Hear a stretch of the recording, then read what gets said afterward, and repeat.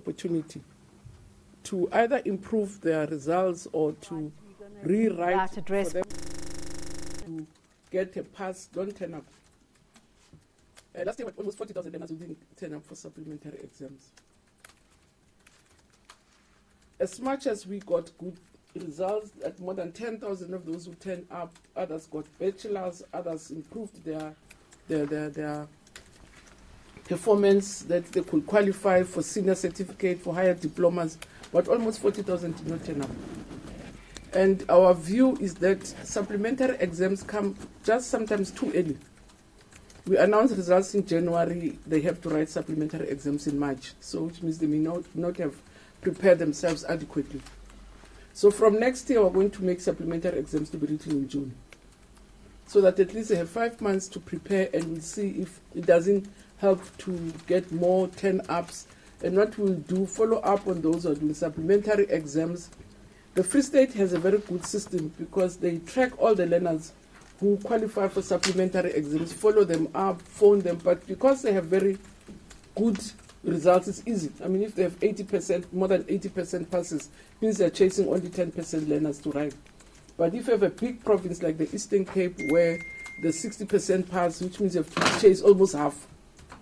And so it's not very easy for all provinces to do the same. But we want to see if we make them right in June, it will not make the difference because we think it's very unfortunate. So this year, for instance, through just supplementary exams, total number of candidates that achieved the NSC has increased from 401,000 to 414,000, which is an increase with more than 10,000 learners. So it was good for those who turned up and made and passed. For instance, amongst those, 6,333 managed to get higher certificates. There were 2,369 will give you the statement who attained a diploma certificate, and almost 1,370 of those who turned up managed to get their bachelor certificate. So it's really worthwhile for learners to come up. But what was also exciting in the CM is that we managed to get CM to approve the listing of Kiswahili as an optional second additional language to be offered to different learners. We currently have 15 non-official languages in the national curriculum statement, which will include your French, German, Mandarin, and quite a number of European languages. And Kiswahili will be the first African language that we're able to list as an additional language. And unlike other languages which have their mother country supporting them, as the department, we are going to have to support Kiswahili. Because unlike French, we'll have the French embassy and French government providing and assisting us in the teaching of French in schools and all these other 15 languages. But we think that it's very important for us because Kiswahili is broadly spoken or used in the continent, and we think it's very important for us to do it. As I say, it is unfortunate that there was no other African language on the list before, and the origin of all these languages is outside the continent. As I say, all of them Arabic and all other languages are not your African languages. And this continues to perpetuate the colonial mentality and necessitated us to take action to rectify that. And I will not go into details about who speaks Kiswahili. I think as journalists will know that more than 100 million Africans speak Kiswahili. And it will really help us and help our young South African children to integrate much more with their continent. But the other exciting development that came from this CEM, from the curriculum perspective, we have been working on a number of subjects to be included in our national curriculum statement, and there are more other subjects that we are adding in our quest to diversify our curriculum, but also to modernize our curriculum to really meet the needs of the 21st century. So CEM approved the addition of marine sciences So the department has been working with the Two Oceans Aquarium to develop a maritime science curriculum from 2017. And the intention of this curriculum is to expand the offerings of maritime studies subjects, because we have been offering them, but to a very limited extent. So this draft curriculum was submitted to Umalusi for evaluation in March 2018. And the Two Oceans Aquarium has developed a number of maritime-related programs. And the courses include marine studies, oceanography, environmental sustainability, and human interaction with the ocean. Already there are 11 schools along the coast which are offering maritime program. And your inland provinces said, no, they're going to take their chances also. They're going to introduce in the continent so that it's not, but currently it's coastal provinces that have been offering these maritime studies. So most of the schools are offering maritime economics. So we felt that it was highly important so that we increase or supplement these offerings that were already being offered in the different schools. But there was also a very exciting development that the CM agreed to introduce coding as a subject in our schools. And again, I want to elaborate on the importance of coding, but I think we all appreciate that it really would help our children a lot in teaching learners to code, because this learning to program requires computational thinking and skills. We have a few schools that had started, but we have a plan of how to roll it from 2019. Because officials were saying 2020, we said no, let's start 2019, because we're starting in the lower grades, which are not examinable grades, your grade R. We're starting with the foundation phase in 2019. So we are starting with the foundation phase. We also agreed to start processing other subjects for our curriculum. We know, for instance, Gauteng has introduced an aviation school, and we really are working on the curriculum, which is examinable. But also we are processing the nuclear sciences curriculum in our schools, and again we're working with relevant authorities from abroad and locally. Because as I say, the whole idea is to diversify our curriculum and make sure that it does meet the needs of the 21st century. But just to introduce a curriculum, it's a long process. We have to get experts, we have to train, we have to develop material, so it's a really long process, but we've agreed to start also with these other subjects. As CM also, we received a report which was long overdue about the textbooks in our schools.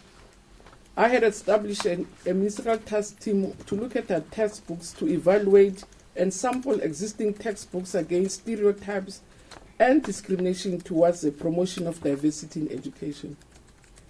You will remember that we had ugly incidences in some instances in our exams where there were culturally offensive questions. I mean, there was a question about people flying with braid, and people just said, this voodoo philosophy we're teaching to kids. There were also offensive questions around Muslims were to apologize, and we just felt perhaps it was necessary for us as a sector to begin to sensitize ourselves about what is correct for us to teach our kids around. So the team was expected to ascertain whether the text and illustrations used by authors in textbooks are inclusive, are sensitive, and don't exclude others, but instead they promote the values of equality, empowerment to our learners. We requested them to conduct a content analysis to ascertain the specific discrimination bias, frequency, and type of discrimination in our textbooks, and to examine the extent to which different forms of discrimination manifest in South Africa, focusing on race, on gender, on class, on religion, on disability, sexual orientation, family status, and age. And the team did find that our textbooks are inclusive to a degree, that there is general awareness of the need to be inclusive of different of people of different racial backgrounds, people of different gender histories and different socio-economic status. But it also said there is a need to open up the notion of inclusion to reflect the diversity in society in terms of class, rural, disability, religion, etc. We then also found that there is a need to attend to the most obvious forms of discrimination, the textbooks and text with visual representations. But because we mainly are not the producer, we have our teams in the department who produce our books, but in the main our books are produced by individuals outside the sector. So we'll be engaging with the sector, sharing the report with them and just discussing about how we begin to integrate the different aspects that the report has indicated. But the MECs also felt that we should also look at not only textbooks, but also your literature, your reading books, and see if, because the main aim really is that we have to link all of this to our constitutional imperatives. We link it to the decolonization debate, but also ensure that textbooks and text in our books deal more effectively with issues of inclusion, equity, cohesion, and all the other things that we want to instill as values amongst our children. We also spoke at length about, because we have a challenge in the sector around IDs, home affairs. The Human Rights Commission has its own take. There's the international instruments that we're part of, but also there are laws in the country about how we register children in the system. So as CM, we discussed that it is imperative to work closely with the Department of Home Affairs to ensure that all our learners are correctly documented. Because sometimes it's not even anything far-fetched that parents, either out of disability or lethargy, just don't go and get documents for their children. So we're working with Home Affairs, but we have to deal with the current problems and challenges that are raised by Home Affairs, where schools demand IDs when children present themselves to school. So, and especially some of undocumented learners, when they have to go and write matric without their ID numbers or ID documents. So we agree that we need to ensure that all learners have identity documents for a number of reasons. So among them, learners who write examinations without identity documents often have problems after.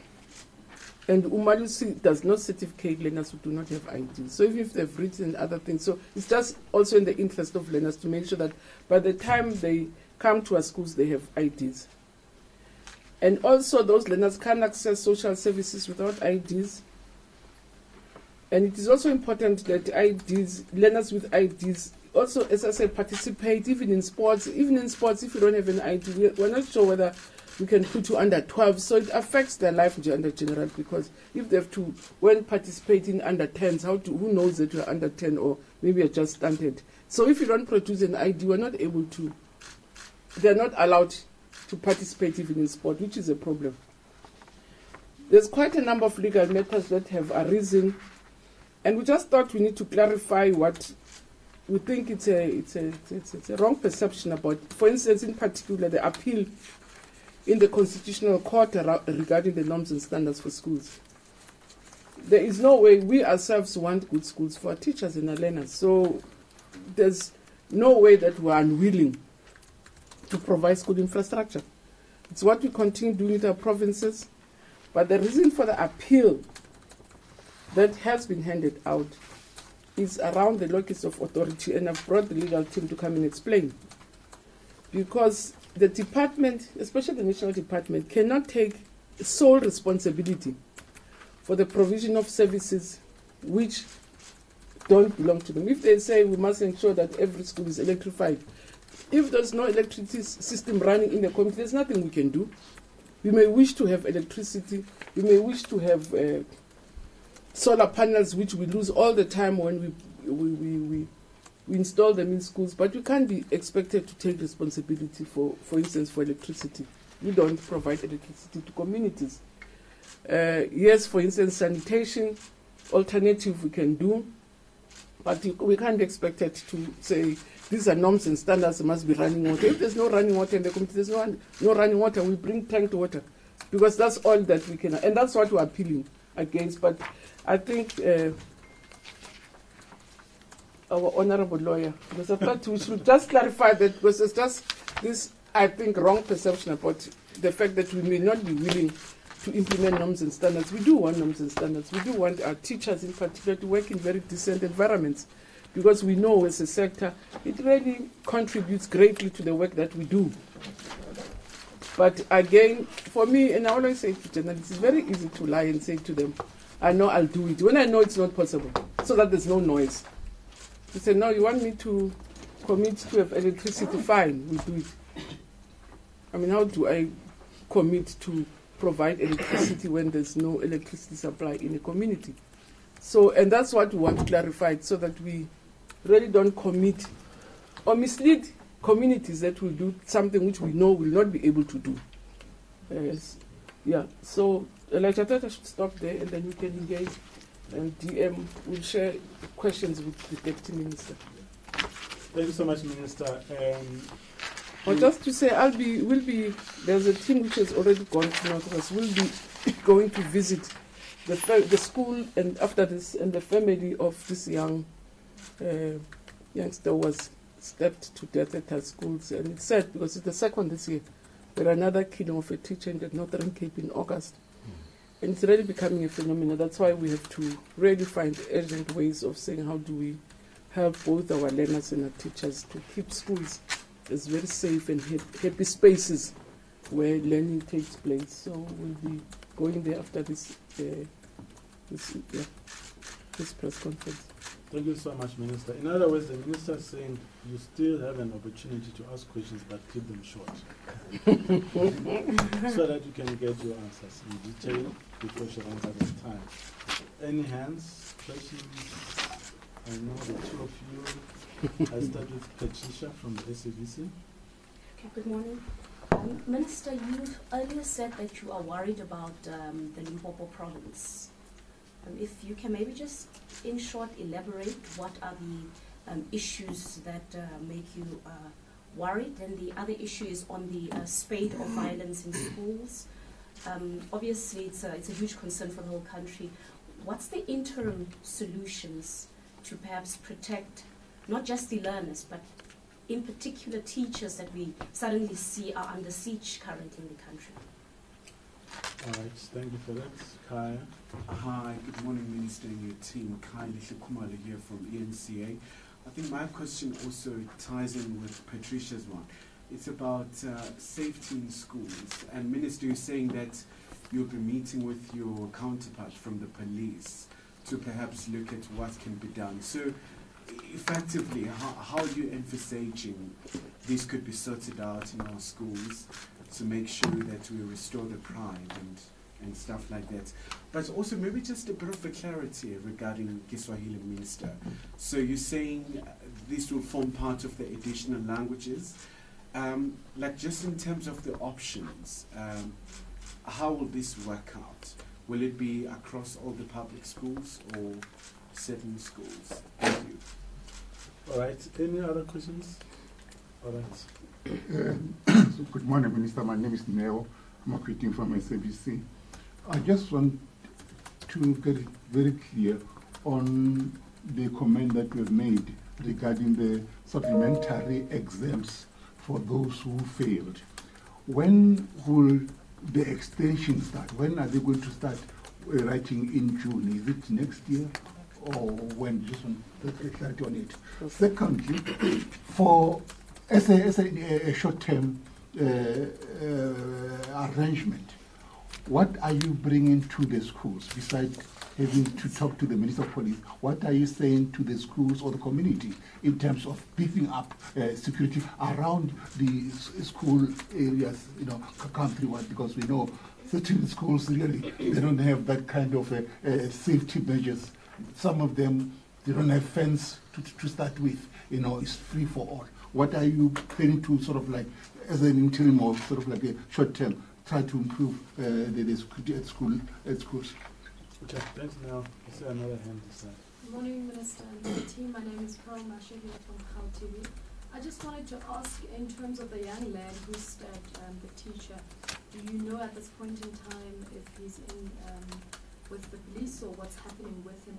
As I understand, you did say that you will be going over to see the families, but do you know about him, where he's located at this point? Thank you. All right. We'll take that as the first round, Minister. No, Limpopo is around, if you remember, for the last 2 years we've been having security breaches with exams in Limpopo. And the problem with a breach, even in one school, it affects the integrity of exams, because these are national exams. So we have to make sure that every of these 8,000 centers, all of them are secured. And of the millions of papers that we print, it's a very big operation. There is just no mistake that the paper leaks. And Limpopo, in particular, for the past 2 years, we've been experiencing problems with paper leaks. And that's why we thought we should intensify. In the past, remember, we used to have problems in Mpumalanga. We had to intervene in Mpumalanga, get experts to assist us to strengthen the exam management. And in the past 5 years, we've never had problems with Mpumalanga again. So we want to intensify security around exam papers, exam centers, and then the security issue. It's a difficult one, and I'm not run away. I mean, in the statement you will see, with SABS, for instance, we have almost 8,000 schools linked to 19,000 schools linked to police stations. But it will be after the effect, after the fact, sometimes when they come to our schools. So it's to see what more we can do. If you look at some of our threats, it could be that it's fencing and other things, but most of our threats are internal. You see, if it's exam time, that learner and kids move in because they finish at different times. Our matriculants are writing supplementary exams. And you also want your kids to have free movement. When they have finished writing, they must be able to go home to go and prepare. But they must also be free to come back to school if they don't have reading spaces at home to come and study at school. Right? So, and as I said, most of our threats are internal. It's not about fencing. Fencing maybe is part of it. But most of the incidents, if you look at them here, are incidents that already happen inside schools. The learner in Gauteng who gave another one a pair of scissors. These are instruments you give them to at schools ourselves, those scissors, to do any cutting paper, other things. So again, it's an internal a threat, because we have to give them scissors, they have to use science instruments, they have to use all other things. So we can't say kids cannot use scientific instruments which are made of steel, because as if in the plane that you have to remove anything made out of steel because you're going to hurt people. So some of the problems happen just outside. I mean, kids were coming to be picked up by people who are familiar to them, because these kids, I mean, like the Western Cape kid knew the person who came to pick him. So he went went with them, whereas there was a battle, possibly a fight from elsewhere with the family, and the child willingly went to the person, like a child would willingly. So it's not a child who was dragged in public when screaming when everybody was there. Walked with the person peacefully because he knew the person's very close to the family. So it's a diversity of things that we have to look at. If you look at Western Cape, they've been able to do lots of not stopping the crime, but being able to convict criminals from the high-level cameras that they have in communities. When the school principal was killed in Western Cape, it was a street camera that helped the police to identify the car, because it was long after school when the principal was attacked. There was no one in the school. Everybody had left.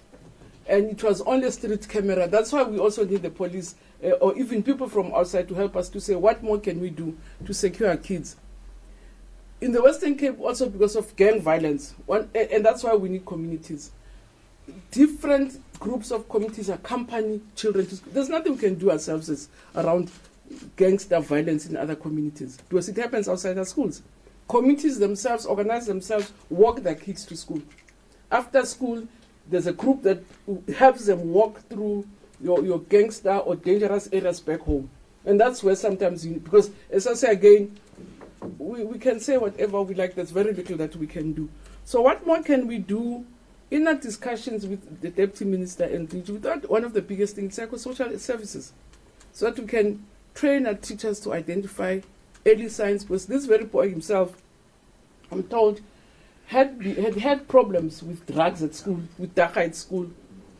And so you can see it's a problem child. So you can bring fences, you can bring everything, but you have to be able to deal with the child themselves.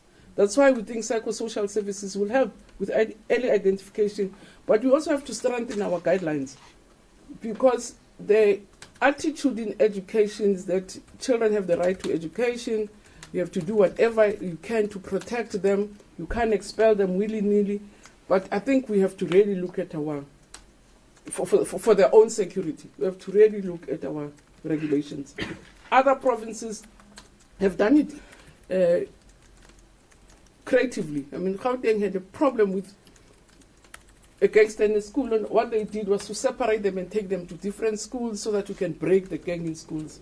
It's one of the methods. So those are the things we're going to look at to say, when you identify a very problematic child or a problem, what do we do? There's and I'm not sure how true is that. I received it this morning, if it really comes from this boy himself, when you say, he's in custody, because Elijah went immediately after the incident and sent us the report. After stepping, the teacher we're told he was overpowered by the security and other learners and got him arrested, so he's in custody. And this SMS, as I said, with the fake, I don't want to be quoted around this, with all these fake messages around to say, Mr. Mukolobate disrespected me and I don't take disrespect from anybody. So if it's true that that boy said that, you can see that you are dealing with a very sick child. If you could have been on drugs, but now he with all the days, if this thing is true, he should have sobered if he was on drugs or anything. So it means it's internal. There's a deeper problem. So that's where we're saying we have to work with social services, work with government to see if we can strengthen psychosocial services in our schools, because in the main, to me, that's the biggest problem. It's the learners themselves. It's not the fencing, it's not anything else. The searching, it's not anything. It's the learners themselves. They're the biggest threat. It's rare that we get attacked, that there are criminals who come to school and chase us around. We don't have such. Communities still respect schools. It's inside the school where the problems are. There won't have been incidents where criminals come and break. They break after schools, they don't break during school hours. Right? So the external threats, yes, are there. The threats are internal threats. And that's what we have to sit down with governing bodies to say, if you find your child perhaps with an instrument, the law must allow us, will expel them. And I can give you lots of incidents. The one that they like about the young one with a broom chasing the teacher, it has nothing to do with any security. It has to do with the child. It's an angry child who just goes and chases a big man with a broom. It's the child themselves. So to see how do we help the children themselves? Kids bring guns to school. It's not external threats. It's internal threats. Again, it's children, and also access to drugs, access to dangerous instruments. But yeah, so we DG will speak about Kiswahili, and then supplementary exams. We're going to, for the first time, we're writing them in June next year.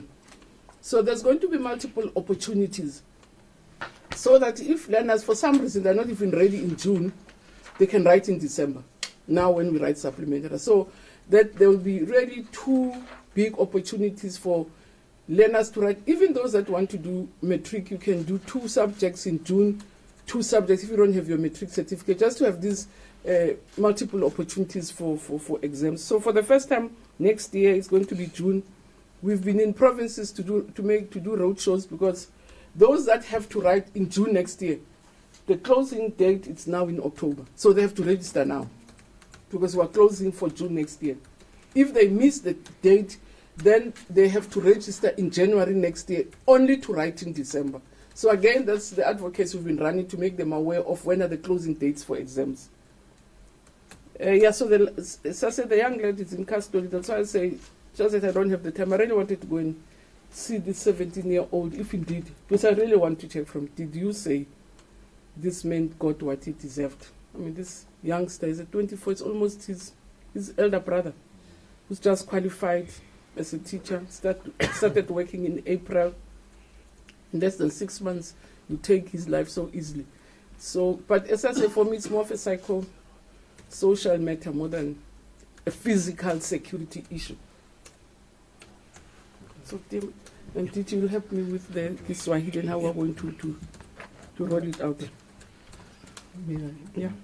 Well, thank you very much. Just in addition to what the Minister has said, indeed, psychosocial support is very critical. It's something that we've been appealing to, asking the provinces to provide, at least on a district-wide basis, quite immediately. The question then is, what have we done in the past? And it's a good question to ask. We've basically emphasized, and if you look at the report, thousands of schools have been fenced in recent years, because we recognize the physical requirements that are quite critical and necessary. We've normed that. Every new school that is built has adequate fencing. Old schools that didn't have fencing have been provided. So provinces, I must say, have prioritized that. In addition, we also emphasize on the importance of lighting, so that you don't just have a school that has insufficient lighting, because there must be an element of security attached to that. The third thing is we made sure that the legislation is conducive to an environment that can protect the learners. So, for example, learners could be searched, they could be tested for drugs in terms of the legislation. So that allows the school to do what it couldn't do before, and that has contributed in a great way. We've also encouraged our governing bodies to establish dedicated safety subcommittees to look at the safety of the learners. And it's important that they do so, because schools are a microcosm of community, and indeed parents have a particularly important responsibility in terms of liaising with the communities with regard to the safety aspects. What the Minister is saying also is really we have to deal with how do we assist educators who are also the victims of this violence here in managing these kinds. How do they identify drug use? How do they deal with aggressive or hostile behavior on the part of the children? And these are the psychosocial elements that are often lacking, because it's emphasis on the academic side. The reality is, again, if you look at it, is also that these incidents of violence occur in particular contexts, where there's a lot of gang warfare, where there's poverty, with the serious social endemic problems in a community. They do get transferred into the school, and for that reason it's important for us to look at that. So if you look at fencing, the question then is, what have you done? And if you go around, just compare in the past 5 years, you would see the important strides that we've made. I think we have to reactivate this relationship with the police. We have a formal relationship, but we ensure that there is a greater and a more consistent presence of police in terms of providing support to our schools. And it's something that we can't run away from. It's something that we would have to deal with. I thought Dineo from SABC, the issue of the bridges is quite an interesting issue. And if I, with your permission, what the Minister had spoken about, the issues of the appeal itself, we've worked extremely hard. The Minister has normed what has to happen in a school. So we've got to provide electricity, we've got to provide water, we've got to provide sanitation, because we believe that that's an environment conducive to learning. It's actually a fundamental right to every learner. What we had in the norm was really a reference to the fact that in instances where we rely on other entities or other sectors to be able to provide that, we have to work collaboratively. And the argument of the applicant in this matter here was that, look, it's our responsibility. So, for example, if you have a community that has no running water provided to it, you establish a school there. Now, it then becomes, because you've established a school there, even if the community has no pipe water from the municipality, it becomes our responsibility to provide. What the norm says in its present form is really that we would work collaboratively with other entities in order to make that possible. Now, if you look at Eskom itself, in the supply of electricity, we've almost eliminated the phenomenon of schools without electricity. And we did so because we put enormous pressure on Eskom to be able to assist, and thankfully they have come to the forward. In fact, many communities have benefited as a result of the pressure that we've put on Eskom to provide electricity to schools, because it would mean that the communities in the immediate vicinity benefit from it. And again, if at all Eskom does not deliver the electricity, we could provide a generator, but can we provide electricity on a permanent basis? So we do rely on that there. And the issue really is simply saying that you don't stand back and say it's not your business, but to say that we have to work collaboratively with other sectors in order to achieve that particular outcome. And that's a reality. So as we see it out here right now, and those of you who are from KwaZulu-Natal and Eastern Cape in particular will recognize that you're not going to deal away with the phenomenon of pit latrines in its present form. That we're eliminating itself. But you're going to have many instances where you do not have water, where you don't have running water. And as the Minister says, you've got to look at potable water. How do you basically provide appropriate alternatives? So the norms cannot be looked at rigidly, and we are arguing that it must be looked at in the context of the realities, the objective realities. And what the courts have done in the past, and I thought they did very, very responsibly, is to say, you have this particular problem. Can you provide us with a constructive plan as to what you have done and what you will do within the next 12 months? The court would then determine, is the action of the department, whether it's the provincial department or the national department in general, the provincial department, a reasonable one. And then they would come back to court to say, in 3 months, this is what we've achieved, this is the progress that we've made. We believe that is the manner in which courts could basically dictate it. But to make it an absolute right, it's like to say, eliminate all pit latrines immediately. We all know, seated around here, it's not going to happen.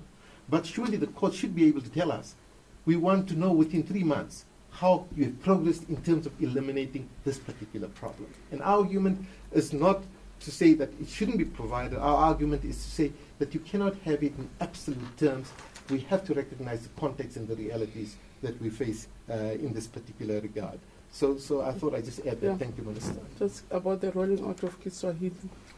Thank you, Minister. At Troy. I'm chasing to go to Northwest. Okay. No. The most important thing is that the Kiswahili language is now approved and it's part of the offerings in our curriculum in the same way as German, in the same way as other languages that are included in our curriculum.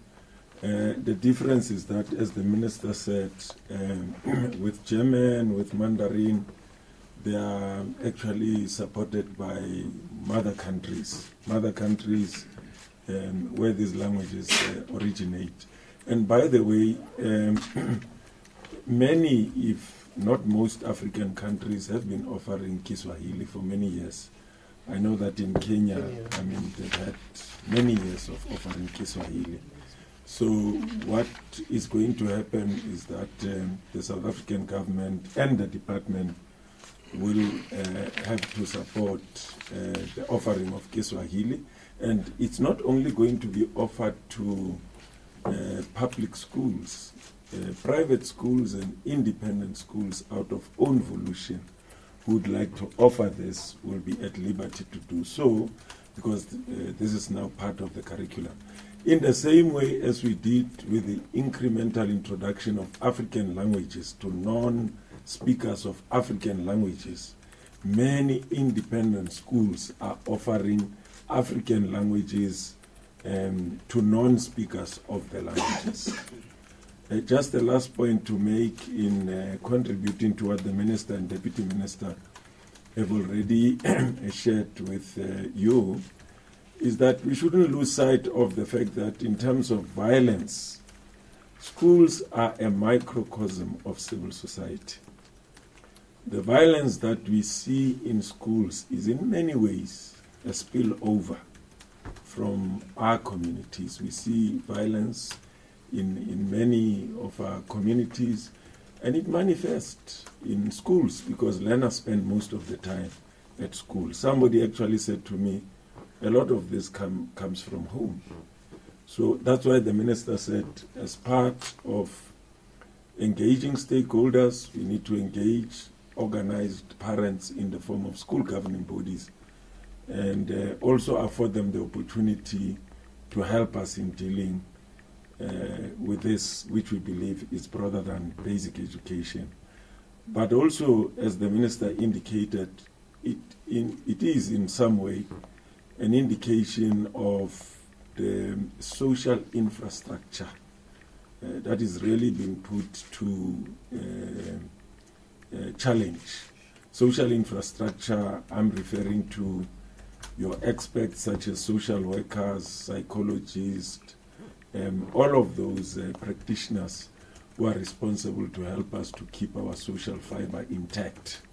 And you see the manifestation of that in schools, let alone the fact that we don't have many of those practitioners even in our institutions. Thank you. Can I just add something on Kiswahili? After English, it is the most widely spoken language on the continent. And secondly, it is a language of the African Union. There are 5 languages. It's English, French, Arabic, Kiswahili, and Portuguese. So it's one. And the third is that it has also been adopted by SABC as one of its languages, official languages. So I thought I'd just add that element in terms of our South African and African context. Thank you. Thank you, Minister. Colleagues, any questions? 3, 2, 1. Go on. Thank you. Thank you very much. Thanks for coming. Thank you very much. Sorry.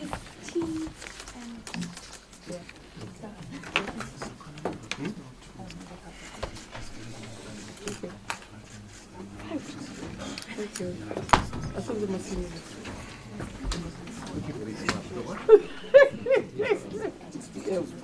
Thank you. Thank you. Thank you very much. Thank you. I'm so glad. I was about to send the request to make the public statement about the safety issue. And then, no, you did it. But I'm just saying, I was about to,